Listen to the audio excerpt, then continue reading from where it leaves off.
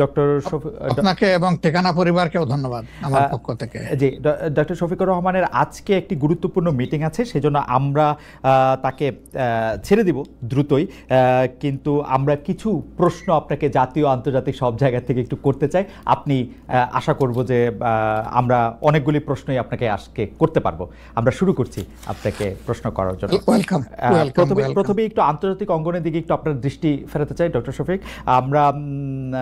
আমরা জানি যে মধ্যপ্রাচ্যে বিশেষ করে ইরানের উপর ইসরায়েলের আক্রমণ এবং তার প্রত্যুত্তরে ইসরায়েলের উপর ইরানের আক্রমণের পাল্টাপাল্টি যুদ্ধ চলছে, যুদ্ধ পরিস্থিতি চলছে। যুদ্ধ যদি এখন নাও চলে, সেই যুদ্ধের ক্ষেত্রে বা এই আক্রমণের ক্ষেত্রে বাংলাদেশ সরকারের যে অবস্থান, সেটাকে আপনি যথেষ্ট মনে করেন কিনা? মানে আমরা প্রত্যেকবারই দেখেছি যে বাংলাদেশ সরকার ঐতিহাসিকভাবে প্যালেস্টাইনের বন্ধু এবং ইসরায়েলের এই ধরনের আক্রমণের নিন্দা জানিয়ে থাকে। এবার কি তা যথেষ্ট মনে হয়েছে কিনা আপনার কাছে, ডক্টর শফিকুর রহমান? ধন্যবাদ। প্রথমেই আমি দুঃখ প্রকাশ করি এবং যে সমস্ত নিরীহ মানুষ বিভিন্ন দিকের গোলাবর্ষণে আক্রান্ত হয়ে, বোমায় আক্রান্ত হয়ে ইতিমধ্যে নিহত হয়েছেন, আমি তাদের আত্মার মাগফিরাত কামনা করি এবং তাদের পরিবার আপনজনদের প্রতি আমি সহমর্মিতা জ্ঞাপন করি। যুদ্ধ আসলে কোনো সমাধান নয়, যুদ্ধ হচ্ছে ধ্বংসের কারণ। দুনিয়ার যুদ্ধের মাধ্যমে শান্তি আসবে না, শান্তি আসতে হবে কন্টিনিউয়াস ডায়ালগ এবং পরস্পরকে সম্মানের মধ্য দিয়ে। তো যা হয়েছে এটা তো হঠাৎ করে হয়নি, এটা একটা ধারাবাহিকতা। দীর্ঘদিন ধরে গাজার উপর, ফিলিস্তিনের উপর যে আক্রমণ চলে আসছে, প্রতিদিন সেখানে নিরীহ মানুষ, শিশু, নারী, পুরুষ, বৃদ্ধ, অনেক মানুষই প্রতিদিন নিহত হচ্ছেন। আমরা এই বেদনাদায়ক দৃশ্য দীর্ঘদিন ধরে অবলোকন করছি। যাদের মিনিমাম বিবেক আছে তারা এই তৎপরতাকে কোনোভাবে সমর্থন তো করবেনই না, অন্তরের অন্তঃস্থল থেকে তারা নিন্দা করেন, এটাই স্বাভাবিক, আমরাও নিন্দা করি। ইরানকে হঠাৎ করে কেন এই আক্রমণ করা হলো? বিনা নোটিশেই, কিন্তু অনেকটা বিনা মেঘে বজ্রপাতের মতো তাদের একটা স্বাধীন সার্বভৌম দেশে ইসরায়েলি হামলা করেছে। আমরা এটা নিন্দার সাথে সাথেই জানিয়েছি এবং শুধু আমরা না, দুনিয়ার বিবেকবান সবাই জানিয়েছে, এমনকি আরব বিশ্বের অনেকেও এই হামলার নিন্দা জানিয়েছিলেন। তবে ইরানেরও আত্মরক্ষার অধিকার আছে, যে কারো আত্মরক্ষার অধিকার আছে। আত্মরক্ষার স্বার্থে কেউ যদি কোনো ভূমিকা নেয় তাকে দায়ী করা যাবে না, কারণ সে আক্রান্ত ব্যক্তি, রাষ্ট্র কিংবা সংস্থার আত্মরক্ষার অধিকার, এটা মানবতার ইতিহাসে স্বীকৃত, এটা কেউ অস্বীকার করে না। কিন্তু আমরা লক্ষ্য করেছি যে এই আক্রমণ প্রতি আক্রমণ, দুই আক্রমণেই শুধু সামরিক লক্ষ্য বস্তুতে আঘাত হানা হয়নি, বিভিন্ন ধরনের আঘাত এসেছে এবং এক পর্যায়ে আমেরিকা এখানে সম্পৃক্ত হয়ে পড়লেন। অথচ আমেরিকার জায়গা থেকে যুদ্ধ থামানোর ভূমিকা নেওয়াটাই ছিল উচিত, সেটা হয়নি, বরঞ্চ যুদ্ধে জড়ায় পড়লো আমেরিকা। এবং আমেরিকাও ইসরায়েলের মতোই বরঞ্চ এর চেয়ে ভয়াবহ আক্রমণ করে বসলো ইরানের উপর। আসলে এগুলা কোনোটাইকে আমরা সমর্থন করি না। এখন আপনার প্রশ্ন হচ্ছে যে বর্তমান সরকার যেটুকু কনসার্ন ব্যক্ত করেছে, এটাকে আমরা যথেষ্ট মনে করি কিনা। আসলে যথেষ্ট তো হলো যে মুসলিমের পাশে সরাসরি দাঁড়াইতে পারবে, ওটা তো আমরা কেউ পারছি না। বরঞ্চ আমরা আমাদের নৈতিক সমর্থন দিয়ে এবং অন্যায়ের বিরুদ্ধে নিন্দা অথবা প্রতিবাদ জানিয়ে আমরা আমাদের অবস্থান স্পষ্ট করতে পারি। জি, সরকার যা করেছে, আশা করি আপনার এবং আমার এই আলোচনার মাধ্যমে সরকার আরো বেশি উপলব্ধি করবে যে তাদের আরো কিছু করণীয় ছিল।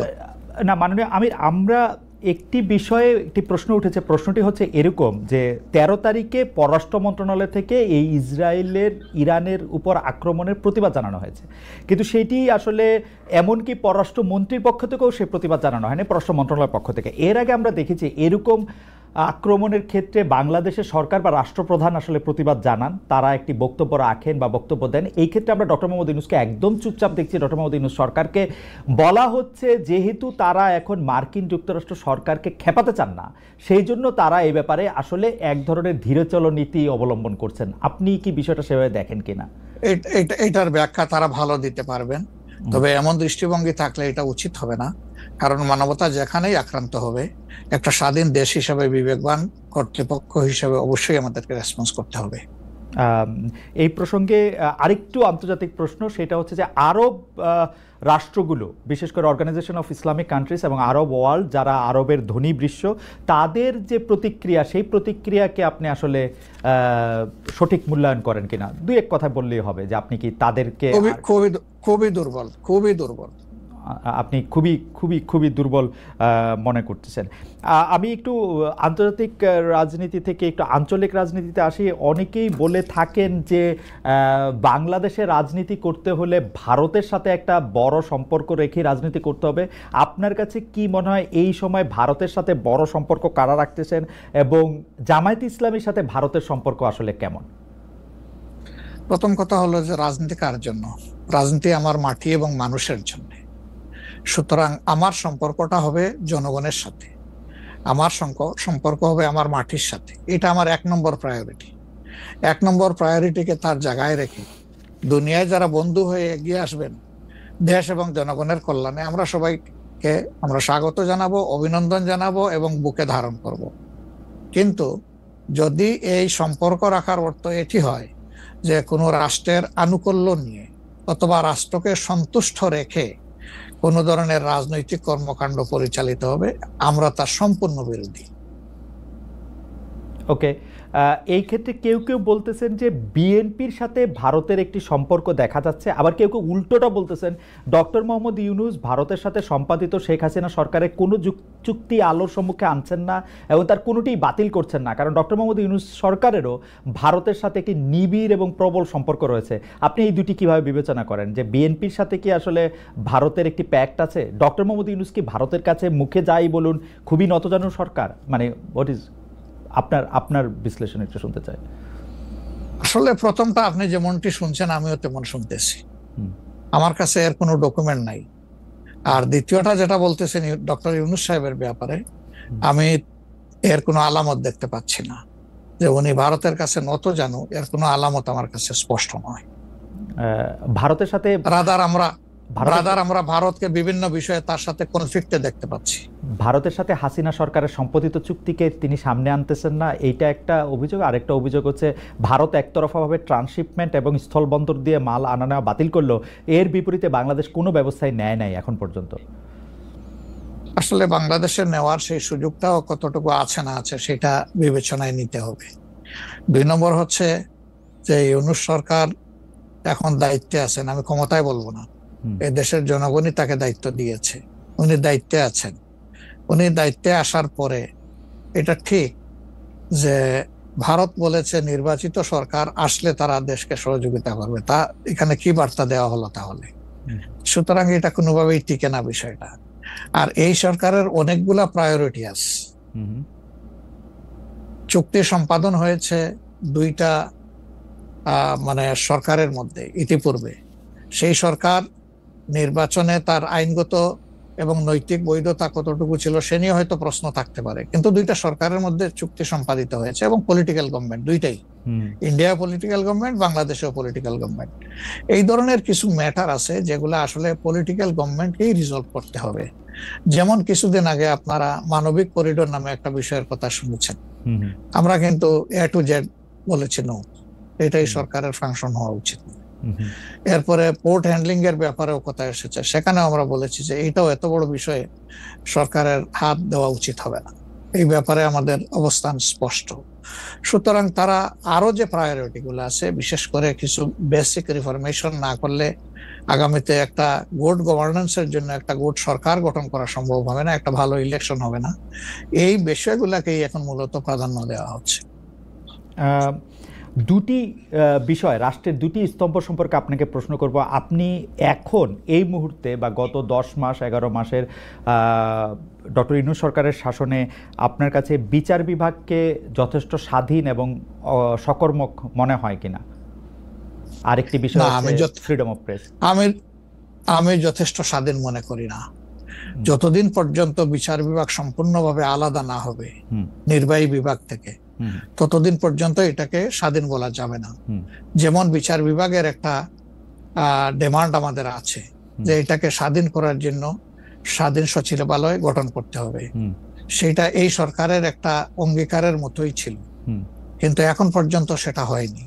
আমরা এটা দেখতে চাই যে অবিলম্বে সেটা হোক। যদি স্বাধীন সচিবালয় কায়েম নাই হয়, তাহলে বিচার বিভাগ স্বাধীন হবে কিভাবে? নির্বাহীর অধীনে থাকে তো বিচার বিভাগ স্বাধীন হতে পারে না। এমনিতে আমরা সারা দেশে যে বিচার আদালতগুলি দেখি বা আমাদের যে আপিল আদালত অর্থাৎ হাইকোর্ট বিভাগ এবং আপিল ডিভিশন যে রায়গুলি এই পর্যন্ত দিয়েছে বা দিচ্ছে, আপনার সাথে তো সারা বাংলাদেশের সবাই কানেক্টেড। আপনার কাছে কি মনে হয় যে তারা স্বাধীনভাবে কাজ করতে পারছে, নাকি নির্বাহী বিভাগ আওয়ামী লীগ সরকারের মতোই বা পূর্ববর্তী অন্য রাজনৈতিক সরকারের মতোই প্রভাব বিস্তার করেই চলছে? ইউনূস সরকারও আসলে সুপ্রিম কোর্টের পজিশনটা আমার কাছে আমি প্রথমে আনতে চাই। এখন যিনি প্রধান বিচারপতির দায়িত্বে আছেন, তাকে তার পারফরমেন্সকে আমরা যতটুকু পর্যবেক্ষণ করার সুযোগ পেয়েছি, আমাদের মনে হয়েছে তিনি তার বিবেক এবং তার স্বাধীন চেতা মানসিকতার জায়গা থেকেই তিনি পারফর্ম করছেন। হাইকোর্টের যেহেতু অনেকগুলা বেঞ্চ, সেখানে পার্সন টু পার্সন ডিফারেন্স হতেই পারে, কিন্তু আলটিমেটলি বিচার তো যাবে শেষ পর্যায়ে সুপ্রিম কোর্টের হাতে। এই জায়গাটাকে অতীতের যে কোনো সময়ের তুলনায় আমাদের কাছে বেটার মনে হচ্ছে আপাতত। ভবিষ্যতে তারা কি করবেন সেটা এখনই অগ্রিম বলা যাচ্ছে না। ওকে। আর বিচার আদালতের প্রশ্নে মানে জজ অ্যান্ড সেশনস কোর্ট যেগুলি, ডিস্ট্রিক্ট জজ অ্যান্ড সেশনস কোর্ট যেগুলি আছে 64টা জেলা এবং অন্যান্য ট্রাইব্যুনালগুলি, তারা কি স্বাধীনভাবে কাজ করতে পারছে? আমাদের কাছে যতটুকু ইনফরমেশন, সব জায়গায় তারা স্বাধীনভাবে কাজ করতে পারছেন না। বিভিন্ন আনডিউ প্রেসার তাদের উপরে আছে। এটা কি নির্বাহী বিভাগের উপর থেকে, নাকি এটা জামাত ইসলামী প্রেসারটা দিচ্ছে বা বিএনপি প্রেসারটা দিচ্ছে বা এনসিপি প্রেসারটা দিচ্ছে? আমরা তো কোনো প্রেসারের পক্ষে নাই। আমরা always in favour of fair justice. আমরা আনফেয়ার কোনো জাস্টিস চাই না, আমরা চাই ফেয়ার জাস্টিস। এখন আর কারা দিচ্ছে না দিচ্ছে, আপনার টক শোতেই আপনি মেনি টাইমস বলেছেন, আমাকে উত্তর দেওয়ার দরকার নাই। আপনি যথেষ্ট জনগণের পক্ষে মতামত ব্যক্ত করার জন্য আপনি বহু সময় এই কথাগুলো রিপিট করেছেন। আমরা কিন্তু এর পক্ষে নাই এবং আমাদের বিরুদ্ধে এই ধরনের কোনো কমপ্লেইন কোথাও নেই। আর যদি ফ্রিডম অফ প্রেসের কথায় আসি, অর্থাৎ সংবাদপত্রের স্বাধীনতা বা গণমাধ্যমের স্বাধীনতা প্রশ্নে আপনার কাছে এই 10 মাসের বিবেচনা যদি চাই বা বিচার যদি চাই, আপনি কেমন দেখছেন যে স্বাধীনভাবে মত প্রকাশ করা যাচ্ছে কিনা? মানে সংখ্যা যারা সংখ্যায় কম তারাও তাদের মতামত দিতে পারছে কিনা? জি না, সেটা আমি আসতেছি। যদি আপনি in comparison two previous period, that is last 15.5 years, even another 2 years you can add with it. So-called caretaker সরকারের 2 বছর, পরবর্তী 15.5 বছর। অনেক সময় প্রেস আমাদেরকে বলতো, আমরা যখন জিজ্ঞেস করতাম যে এই ধরনের একটা জলজ্জন্ত মিথ্যাচার কেমনে করলেন, ওই যে কিছু করার নাই, স্ক্রিপ্ট লেখা ছিল, আমাদেরকে এটা জাস্ট ব্রডকাস্ট করতে হয়েছে। তো এখন সেই পরিস্থিতি এরকম নাই বলে আমাদের কাছে মনে হয়। তারপরেও আমরা প্রেসের কাছ থেকে বিভিন্ন সময় শুনি তাদের কিছু কনসার্নের জায়গা এখনো বিদ্যমান। কেউ কেউ এখনো তাদের উপরে আনডিউ প্রেসার দিয়ে থাকেন, এটা করতে পারবেন, এটা করতে পারবেন না। এটা যদি থাকে একটা মিনিমাম রেঞ্জেও থাকে, তাহলে তো আমরা কমপ্লিট ফ্রিডম অফ স্পিচ বলতে পারছি না, ফ্রিডম অফ এক্সপ্রেশন আমরা বলতে পারছি না। এটা কিছুটা যে এখনো প্রিভেল করছে, এটা আমরা অনুভব করি। তবে আমরা ফিল করি যে প্রেসকে তাদের মতোই রোল প্লে করতে দেওয়া উচিত। আর প্রেসের কাছেও আমাদের প্রত্যাশা, তারা যেন সাদাকে সাদাই বলেন, সাদাকে অন্তত ধূসর বানাবেন না, এবং কালোকেও তারা মানে সার্ফ এক্সেল দিয়ে সাদা বানাবেন না। 5 আগস্টের পর এই প্রশ্ন অবশ্য অনেকবার আপনার সামনে এসছে। তারপর আমি আপনাকে বলি, যেহেতু আপনার সাথে আমার দেখা হচ্ছে নতুন একটা ঘটনার পরে, এই প্রসঙ্গে নতুন একটা ঘটনার পরে, আপনি কিন্তু যে কোনো জায়গাতে এক ধরনের সমন্বয়ের প্রত্যাশী একজন মানুষ, ক্ষমা করার পক্ষে একজন মানুষ। আপনি সর্বশেষ যে আওয়ামী লীগের রাজনীতি নিষিদ্ধ করা হলো এবং দলকে আসলে তার সকল কার্যক্রম নিষিদ্ধ করা হলো, এইটা নিয়ে আমরা দেখেছি যে আপনার দলকে যারা সমর্থন করেন তারাও সেই নিষিদ্ধের দাবি করেছেন। কিন্তু আমি আপনার পার্সোনাল মতামত জানতে চাই যে আপনি এটা আসলে লাইক করেছেন কিনা, বা আপনি এটা পছন্দ করেছেন কিনা, বা আপনার যদি একক ক্ষমতা নেয়ার মানে সিদ্ধান্ত নেওয়ার, আপনি আপনার একক সিদ্ধান্ত প্রয়োগ করতেন, তাহলে আপনি এটা করতেন কিনা? দেখেন, এখানে অনেকগুলা বিষয়। আমাকে ইদানিং ফরেন মিশনের যারা বাংলাদেশে আছেন, এনভয় বা আপনার রাষ্ট্রদূত যারা আছেন তারাও জিজ্ঞেস করেন যে ন্যাশনাল রিকনসিলিয়েশনের একটা জায়গা থাকা উচিত কিনা। তাই আমি বলি অবশ্যই উচিত। তবে বিষয়টা হলো যে আমাদের ওন্ড গুলা একদম তাজা, ট্রমা গুলা এখনো মেন্টাল এবং ফিজিক্যাল ট্রমা এখনো বিদ্যমান। হাসপাতালের বেডে এখনো রয়ে গেছে ইনজিওর্ড পার্সন গুলো। শহীদ পরিবারের অনেকেই তাদের আপনজনের লাশও এখন পায় নাই, লাশের সন্ধান বা কবরের সন্ধানও পায়নি। সো এটা একদম তাজা একটা বিষয়। যেমন আমরা যদি সাউথ আফ্রিকার কথা ধরি, তাহলে ডিকেডস আফটার ডিকেডস এটাকে হিলিং করতে, রিকনসিলিয়েশনে আনতে সময় লেগেছে। অতএব মিনিমাম একটা সময় দিতে হবে। আওয়ামী লীগের ক্ষেত্রে কি হয়েছে, তাদেরকে নিষিদ্ধ করা হয়নি, তাদের কার্যক্রমের উপরে মানে নিষেধ আরোপ করা হয়েছে, তারা ফাংশন গুলা করতে পারবে। 15.5 বছর তো তারা সুযোগ পেয়েছিলেন এই দেশে ফেয়ার ডেমোক্রেসি, তারা চাইলে কিন্তু কালচার করতে পারতেন এবং ইতিহাসে স্মরণীয় হয়ে থাকতে পারতেন। কিন্তু আসলে আপনিও তো তাদের অনেক কর্মকাণ্ডের প্রতিবাদ করেছেন অত্যন্ত জোরালো ভাবে। আগের আপনার ঠিকানা থেকে, বর্তমান ঠিকানা থেকে, সব জায়গা থেকে আপনি যেখানে যখন ছিলেন আপনি করেছেন। কেন করলেন? এই জিনিসগুলো অ্যাকসেপ্টেবল ছিল না, এই জন্যই তো করেছেন। তো তারা তো 15.5 বছর মানুষকে তাদের কোনো ডেমোক্রেটিক এবং পলিটিক্যাল রাইট দেয় নাই। জাস্টিস পাওয়ার রাইটটাও তারা স্ন্যাচ করে নিয়েছিল। এই ধরনের সবগুলা রাইটই তো কার্যত তারা কেড়ে নিয়েছিল। আপনি যদি প্রেসের কথা বলেন, এখন তো অ্যাটলিস্ট যখন তখন যাকে তাকে প্রধান উপদেষ্টাকে একটা কথা বলেছে ঢুকাই দাও, মামলা একটা দিয়ে তাকে সাথে সাথে ঢুকাই দাও, এই কাজ তো এখন হচ্ছে না।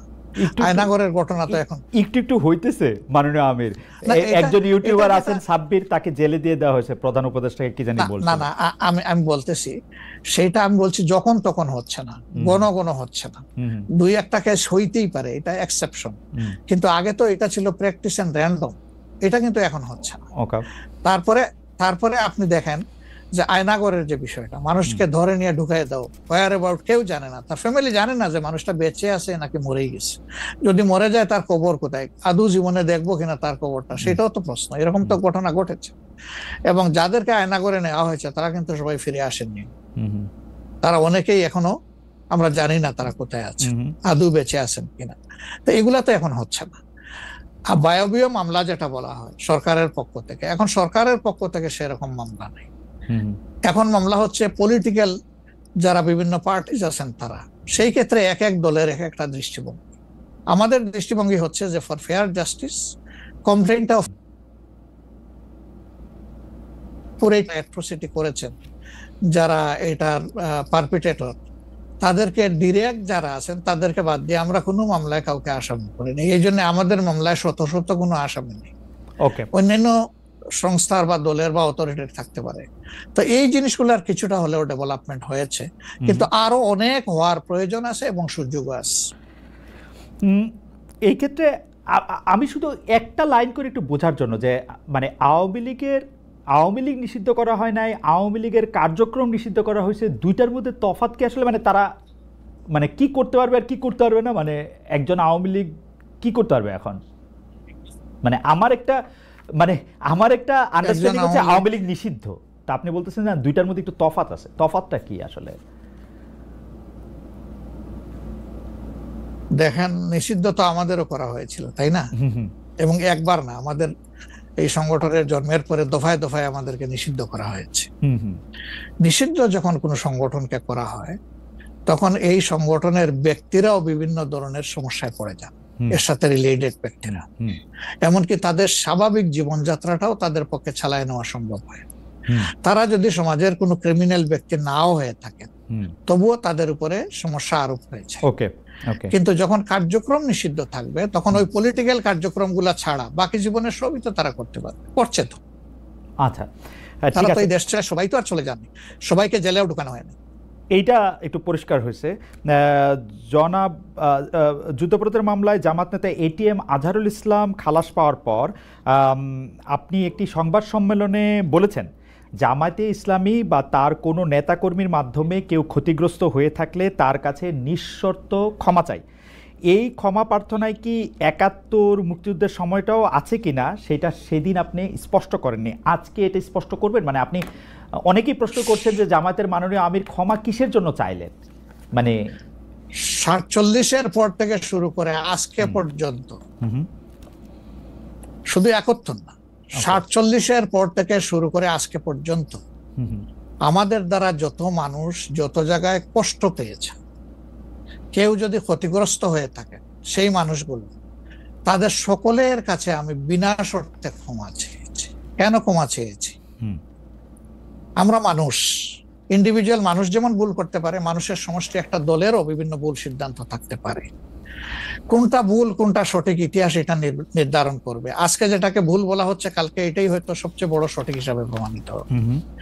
আর ইতিহাসের পালাবদলে রাজনীতিতে সবাই জিতে না, কেউ জিতে কেউ হারে। আমরা আদর্শবাদী একটা দল, আমরা বিশ্বাস করি আমরা মানুষ ভুলের ঊর্ধ্বে নই। আমাদের দ্বারা, আমাদের সহকর্মীদের দ্বারা মানুষ বিভিন্ন ক্ষেত্রে কষ্ট পেতে পারে, ক্ষতিগ্রস্ত হতে পারে। আমি সব কিছুর জন্য কোনো শর্ত আরোপ না করেই মাপ চেয়েছি। ওকে, মানে 47 এবং থেকে মাপ চাওয়ার মধ্যে কোনো পরাজয় নাই, অবশ্যই নাই। 47 থেকে আজ পর্যন্ত যে কোনো কিছুর জন্য মানুষ আপনাদের কাছ থেকে যদি কোনো ধরনের আঘাত পেয়ে থাকে, তার জন্য আপনি দুঃখ প্রকাশ করেছেন বা ক্ষমা চেয়েছেন। এর ভিতরে সব ঢুকে গেছে, কোনো কিছু বাদ নাই। ওকে, এভরিথিং ইনক্লুডেড। আচ্ছা, এবং এটা আনকন্ডিশনাল, মানে অ্যাপোলজি দিয়ে আনকন্ডিশনাল পার্ডন সিক করেছে। এইটা কি ডক্টর শফিকুর রহমান, আমি আসলে যেহেতু আপনার সঙ্গে আমার মানে নানা সময় কথা বলার সৌভাগ্য হয়েছে, মানে পর্দার বাইরে পর্দার ভিতরে, সেটা আমি জানি বলেই আমি আমার প্রশ্নটা করছি যে আপনি যে 71টাকে এই 47 থেকে আজ পর্যন্ত একসাথে বললেন, এর কি কোনো বিশেষ কারণ আছে নাকি? মানে না না না না না না, কোনো বিশেষ কারণ নাই। আমার মানবিক মূল্যবোধের জায়গা এবং আমার দায়িত্বের জায়গা থেকে আমি বলেছি, অনুভূতির জায়গা থেকে, দায়িত্ব এবং অনুভূতির জায়গা, বিশেষ কোনো কারণ। আচ্ছা, আমি আবার 2-3 দিনের ঘটনা একটু আসি। আমরা 2টা ঘটনা আমরা দেখেছি যে আমাদের অনেককে ব্যথিত করেছে। একটা হচ্ছে লালমনিরহাটে একজন যিনি নরসুন্দর, তিনি এবং তার ছেলেকে খুব আয়োজন করে মারধর করা হচ্ছে এবং তাদেরকে টেনে নিয়ে পুলিশের কাছে নিয়ে যাওয়া হয়েছে। এবং আরেকজন যিনি 2018 সালের ডিসেম্বরের রাতের ভোট বলে খ্যাত নির্বাচনের যে প্রধান নির্বাচন কমিশনার, তাকে আসলে খুবই অপমানজনকভাবে মানে থানায় নিয়ে যাওয়া হয়েছে এবং সেটা আবার ভিডিও করা হয়েছে। মানে আমি সাধারণভাবে যেটা বুঝি, আপনি আমাকে শাস্তি দিতে পারেন, আপনি আমাকে মৃত্যু দিতে পারেন, কিন্তু মানুষ হিসাবে আরেকটা মানুষকে অসম্মান করার অধিকার যে আমাদের নাই, এইটা কি মানে মানে নাকি এইটা আমাদের আছে কারণ তারা একটা খারাপ কাজ করেছিল, এরকম কি? মানে আমি জানি না, মানে অনেকে তার আরেকজন, জি আপনি বলেন, আরেকজন খারাপ কাজ করেছেন বলে আমিও করব, এটা কোনো যুক্তি? আমি আরেকজনের খারাপে কষ্ট পেলাম, ক্ষতিগ্রস্ত হলাম, এখন আমি সেম অথবা ওয়ার্স দেন দিস আরো খারাপ কিছু করলাম তার সাথে, সেটা কি কোনো মানবিক আচরণ বলে গণ্য হবে? নিশ্চয়ই না। তবে দেখেন, আমরা এটাকে কখনো সমর্থন করি না, কিন্তু পরিবেশ, প্রেক্ষাপট, স্থান, কাল, পাত্র, মানুষ কোনো জিনিসকে যখন লাইক করে না, তখন প্রকাশ্যে হয় তার প্রতিবাদ করে, না হয় মনে মনে ঘৃণা করে, অথবা সে শক্তি থাকলে প্রতিরোধ করে। এই 3টা স্টেজ থাকে, এটা হাদিসের ভাষা অনুযায়ী। তো এই অবস্থায় আমরা হয়তো ভিজিবল সেই রকম প্রটেস্ট অনেক ক্ষেত্রেই করতে পারি না, কিন্তু আমরা এগুলাকে মনের দিক থেকে সাপোর্ট তো করি না, আমরা বরঞ্চ মনে করি যে এগুলা আরেকটা অপরাধ। ডেফিনেটলি সিইসি যিনি ছিলেন, তিনি তো একজন মানুষ, তিনি এই রাষ্ট্রের একজন সিভিল সার্ভেন্টও ছিলেন এবং উঁচু পর্যায়ে তিনি দায়িত্ব পালন করে তিনি রিটায়ার করেছেন। তিনি নিশ্চয়ই কাজ ভালো করেন নাই, অনেকগুলা খারাপ কাজ করেছেন। সেই সময়টা জনপ্রত্যাশার এগেইনস্টে গিয়ে করেছেন, সত্য তথ্যের উপর না থেকে অসত্য তথ্য তিনি তার সংস্থা থেকে বলেছেন, সেগুলো সব খারাপ। তো তার জন্য তো আদালত আছে, কিন্তু আদালতে যাবেন, আমি তাদেরকে আদালতে নিয়ে যাই, আইনের আওতায় নিয়ে যাই, কিন্তু আইন আমার হাতে আমি তুলে নেবো কেন? এটা তো কোনো অবস্থায় আমরা সমর্থন করবো না। এই জন্য আপনার স্মরণ থাকার কথা, 5 তারিখ রাত্রেই আমরা ঘোষণা করেছি যে ব্যক্তিগতভাবে আমরা কারো উপর থেকে কোনো প্রতিশোধ নেব না এবং আমরা নেইনি। আমাদের 2-1টা ব্যতিক্রম ঘটনা ঘটেছে, আমরা তাদেরকে শাস্তি দিয়েছি, আমরা ছাড় দেই নাই কাউ। আমাদের এই ঘটনাগুলো র্যান্ডম না, ব্যাপক না, 2-1টা বিচ্ছিন্ন ঘটনা, আমরা কাউকে ছাড় দেই।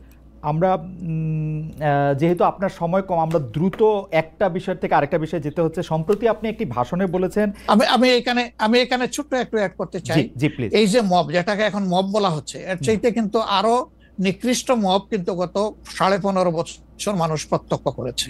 ইভেন আপনাদের সাংবাদিকদের সাথে হয়েছে, আরো অনেকের সাথে, পলিটিশিয়ানদের সাথে তো এগুলো কোনো ডাল ভাত, কোনো ব্যাপারই ছিল না, সিভিল সোসাইটির মানুষের সাথে, শিক্ষকদের সাথে।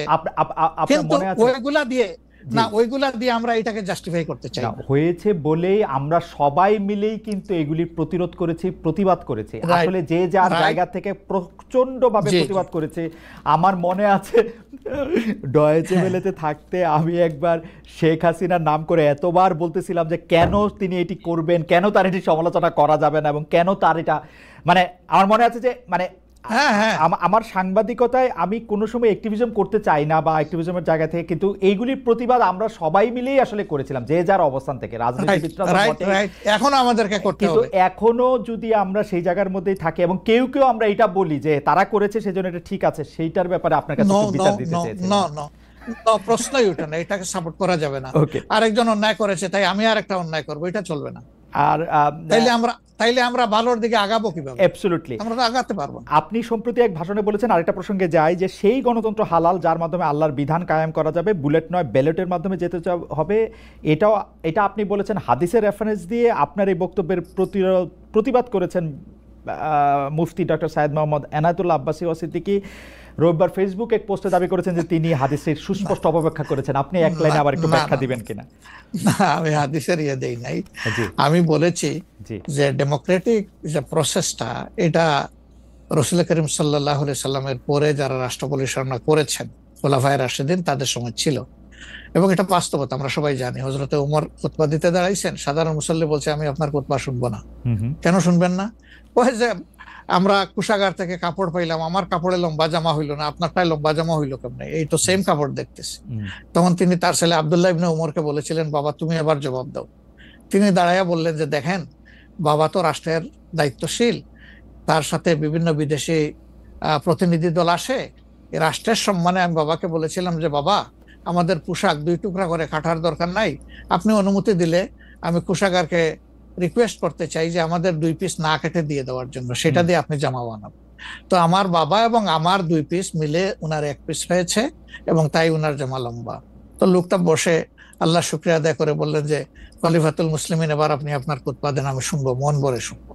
তো এই দেখেন, এটাই তো বিউটি অফ ডেমোক্রেসি। ওই যে আপনি ফ্রিডম অফ এক্সপ্রেশন বললেন, এর চাইতে ভালো ফ্রিডম অফ এক্সপ্রেশন কোথায় পাবেন আপনি? আমি বলেছি যে না, গণতন্ত্র হচ্ছে এটা কোনো ইজম না, এটা আপনি নিজেও জানেন। গণতন্ত্র কোনো মতবাদ না, it's a way to establish your ism. আপনি যেটা চয়েস করেন, এটা ক্যাপিটালিজম হইতে পারে, সোশ্যালিজম হইতে পারে, কমিউনিজম হইতে পারে, এরকম যেটাই হোক সেটা আপনি করবেন। কিন্তু এটা একটা ওয়ে, এই বাহনের উপরে আপনি চড়ে যাবেন। সেটা যদি আল্লাহর দিন কায়েমের উদ্দেশ্যে হয়, তাহলে অবশ্যই এটা মুসলমানদের জন্য হারাম হওয়ার কথা না। এখন আমার কথার সাথে তো ডিফার করতেই পারেন, উনি একজন লার্নেড মানুষ, আমি তাকে রেসপেক্ট করি, এবং কারো ডিফারেন্সটাকেও আমি রেসপেক্ট করি, কারণ এটা না হলে তো আপনার ফ্রিডম অফ এক্সপ্রেশন থাকবে না, এবং মাল্টিকালচারাল সোসাইটিও বিল্ড আপ করা সম্ভব হবে না। আচ্ছা, অ্যাবসলিউটলি ফাইন। আচ্ছা, আপনি শুক্রবার একটা দলীয় কর্মসূচিতে বলছেন যে দিন কায়েমের চেষ্টা বা প্রচেষ্টা ঐচ্ছিক নয়, মুমিনের উপর ফরজ। আরবার আপনাদের দীর্ঘদিনের একটা স্লোগান হচ্ছে এরকম, আল্লাহর আইন চাই। এখন একটি নতুন প্রচারণা, মানে অনেক দলকেই ক্ষমতায় দেখাচ্ছে, মানে জামাত ইসলাম একটা নতুন প্রচারণা এরকম যে অনেক দলকেই ক্ষমতায় দেখা হয়েছে, জামাতকে একটিবার সুযোগ দেওয়া হোক, আপনারা যদি নির্বাচনে জিতে ক্ষমতায় যেতে পারেন তাহলে কি বর্তমান ব্যবস্থা পাল্টে কোরআন সুন্নাহ ভিত্তিক শাসন বা শরিয়া ব্যবস্থা চালু করবেন? আসলে দেখেন, কোরআন সুন্নাহ ভিত্তিক মানে অনুশাসন যেটা, এটার ব্যাপারে সমাজের পারসেপশনের ভিন্নতা আছে। আমাদের বাংলাদেশের যে সংবিধান আছে, এই সংবিধানের অনেকগুলা আর্টিকেল, অনেকগুলা ধারা উপধারা কোরআনের সেন্সের সাথে পুরোপুরি মিলে যায়, এটার সাথে কোনো ডিফারেন্স নাই। আবার কিছু কিছু ধারা আছে সেখানে কনফ্লিক্ট, কন্ট্রাডিকশন আছে। তো ওরকম পরিবেশ পরিস্থিতি যখন আসবে, জনগণের প্রত্যাশার আলোকে এটা মানে সবার সাথে ইন্টারেক্টিভ হয়, সবাইকে সাথে নিয়েই ইনশাআল্লাহ ভালো জিনিসগুলোকে আমরা ইনপুট দেবো আল্লাহ চাই।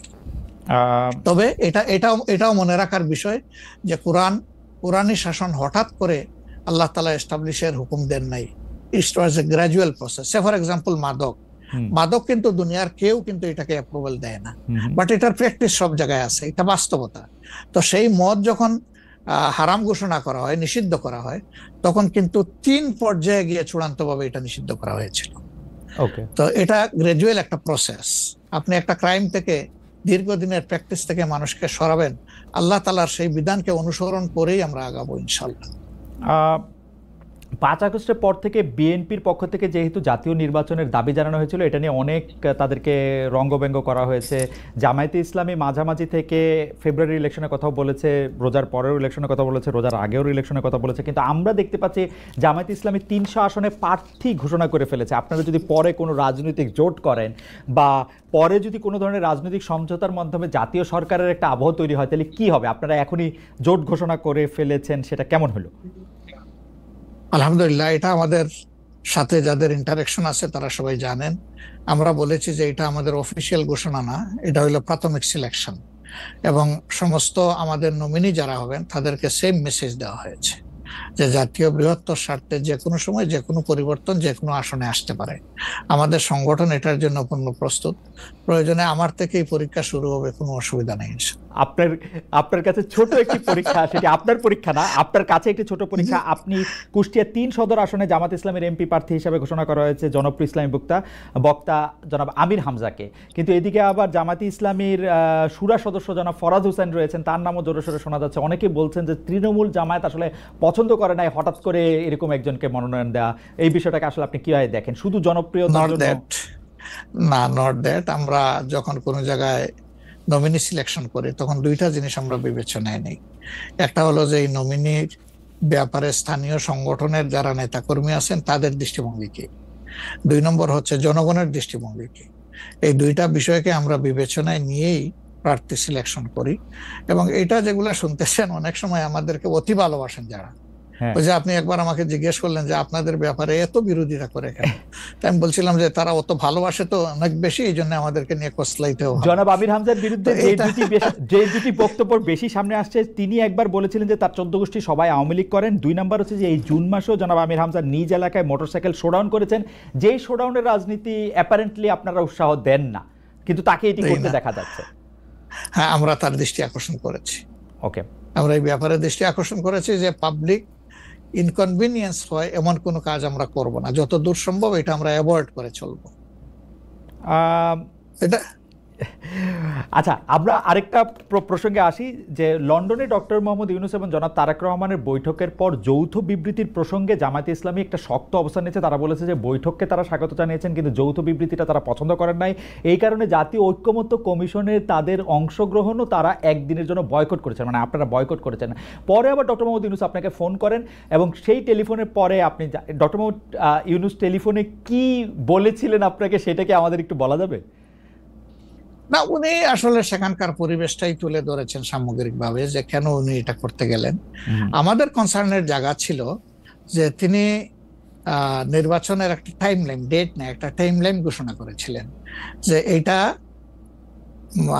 ফার্স্ট হাফ অফ এপ্রিল কোনো একটা সময়ে নির্বাচন অনুষ্ঠিত হবে এবং নির্বাচন কমিশন সেই ব্যাপারে তারিখ নির্ধারণ করে তারা শিডিউল দেবে। এটা কিন্তু সবগুলা দলের সাথে সিরিজ অফ টকের পরে, উনি সরাসরি আলোচনার পরে এটা করেছিলেন। এরপরে তিনি লন্ডনে গিয়েছেন। তারেক রহমান সাহেব যেহেতু দেশে নেই এবং তিনি কার্যত বিএনপির এখন হইলেন নির্বাহী প্রধান, ভারপ্রাপ্ত চেয়ারম্যান, তার সাথে একটা বৈঠক হওয়াই উচিত, হইতেই পারে। এটা তো ভালো, এটা খারাপ কি?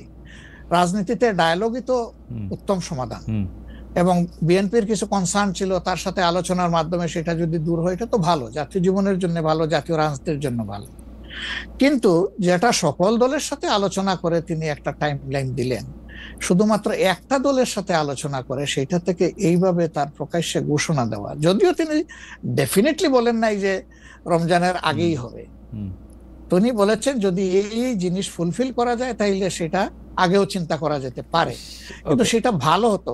আমাদের বক্তব্য হচ্ছে ভালো হতো দেশে এসে তিনি তাকে বলতেন যে আমি সম্মানের সাথে আপনার কথা শুনলাম, আমি মনে করি আপনার কথাগুলো লজিক্যাল, আমি দেশে গিয়ে আবার দলগুলোর সাথে একটু আলাপ করবো, করে এটাকে কিভাবে শেপ দেওয়া যায় আমি চিন্তা করবো, আপনি আমার উপর আস্থা রাখতে পারেন। That was good. কিন্তু এটা না করে সেখানে এটা ঘোষণা দেওয়াটাকে আমরা সঠিক মনে করি নাই। আমরা মনে করি যে ক্ষমতার ভারসাম্য একদিকে হেলে গিয়েছে এবং জাতি একটা রং মেসেজ পেয়েছে। এই জন্য আমরা আমাদের এই পর্যায়ে এটা আমার একটা প্রশ্ন, আপনার কাছে কি মনে হয় পরবর্তী জাতীয় সংসদ নির্বাচন আসলে কোন দিন কোন মাসে হবে? আমি ঠিক এটা জানি না, তবে আমি মনে করি যে এটা এপ্রিল পাড়ি দেবে না কোনো অবস্থায়।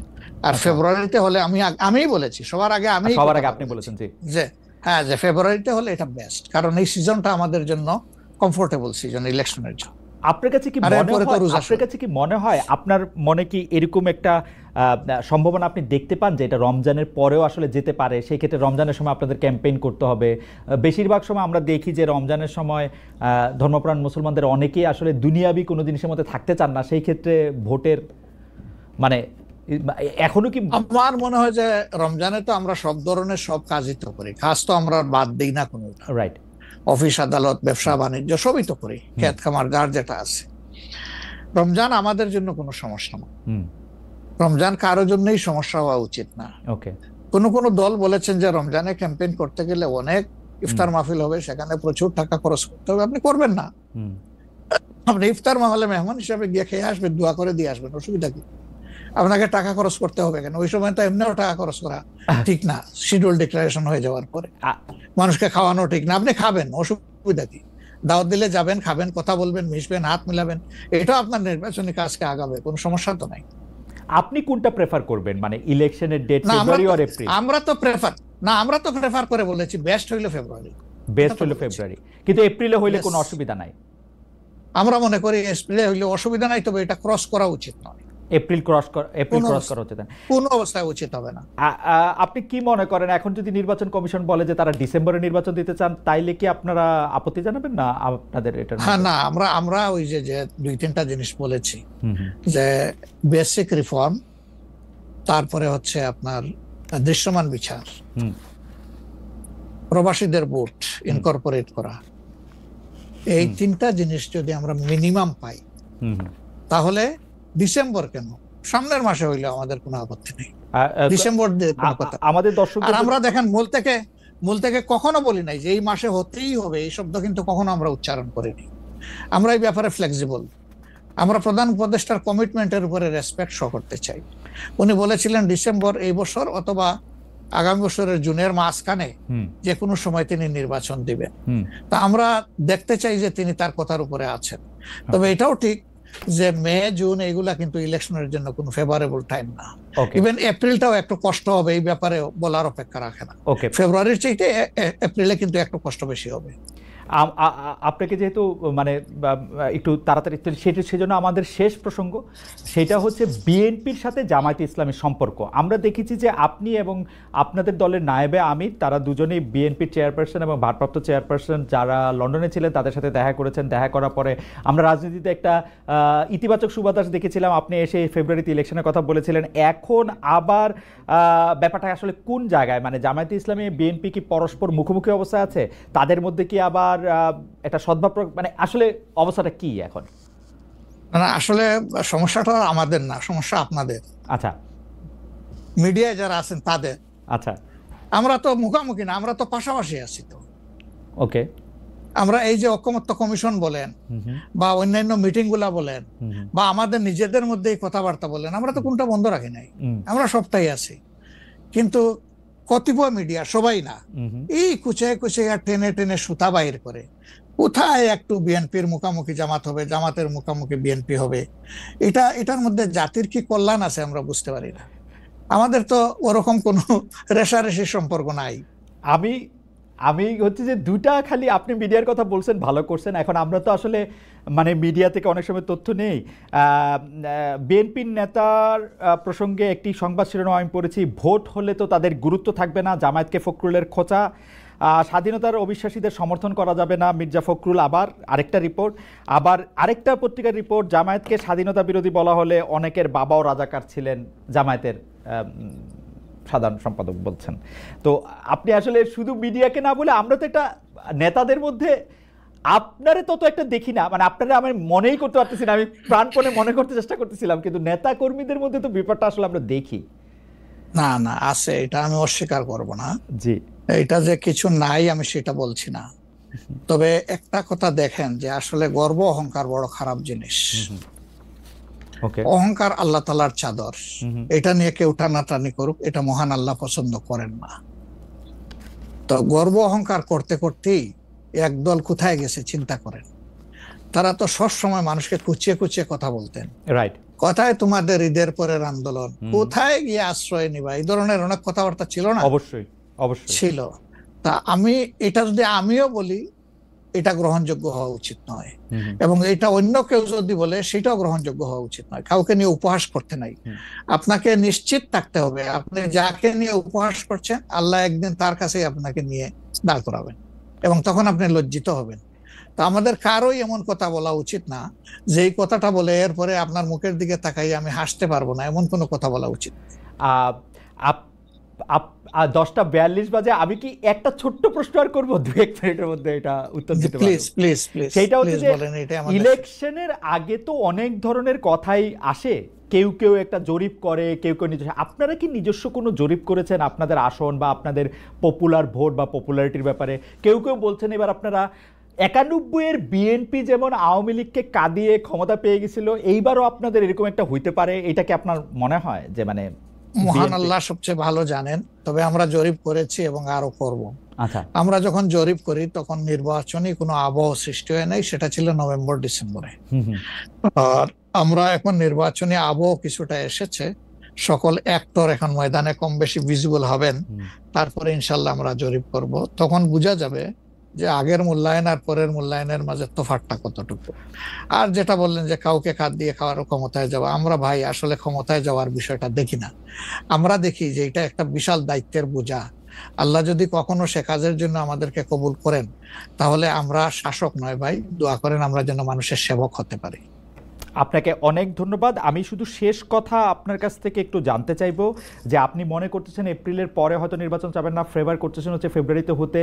আপনি কি আমাদের দর্শকদের উদ্দেশ্যে কিছু বলবেন, যাতে একটা নির্বাচনী বা গণতান্ত্রিক আবহাওয়ার মধ্যে যে যার মতো করে আসলে সৎভাবে তার নির্বাচনী ক্যান্ডিডেট বা তার পছন্দের মানুষ বাছাই করতে পারে? এই প্রসঙ্গে থ্যাংক ইউ আমাকে শেষ সুযোগ দেওয়ার জন্য। অবশ্যই প্রথমে আমি দর্শকদের উদ্দেশ্যে বলবো যে